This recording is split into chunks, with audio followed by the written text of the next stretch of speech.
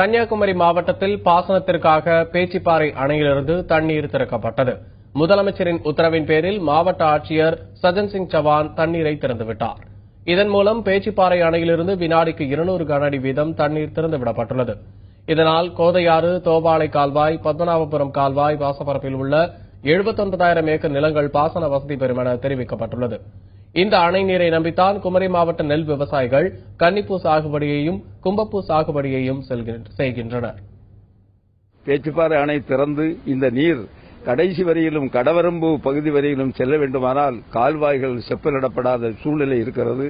ஆகவே அந்த கால்வாய்களை செப்பனிட்டு தூர்வாரி பழுது பார்த்து செய்தால்தான் கடவரம்பு வரையிலும் கடமடை வரையிலும் தண்ணீர் போவதற்குரிய வாய்ப்பு இருக்கும். ஆகவே அதையும் பொதுப்பணித்துறையினர் விரைந்து போர்க்கால அடிப்படையிலே செய்தால்தான் இனிமேல் இந்த மழைக்காலத்தில் நடைபெறும். ஆகவே அதையும் அம்மா அவர்கள் கவனம் செலுத்தி அதற்கான ஆணையினையும் பிறப்பிக்குமாறு இந்த விவசாயிகளுடைய சார்பிலே இன்றைய தினம் நாங்கள் பணிவோடு வேண்டுகோளை வைத்து நன்றியையும் கூறிக்கொள்கிறோம்.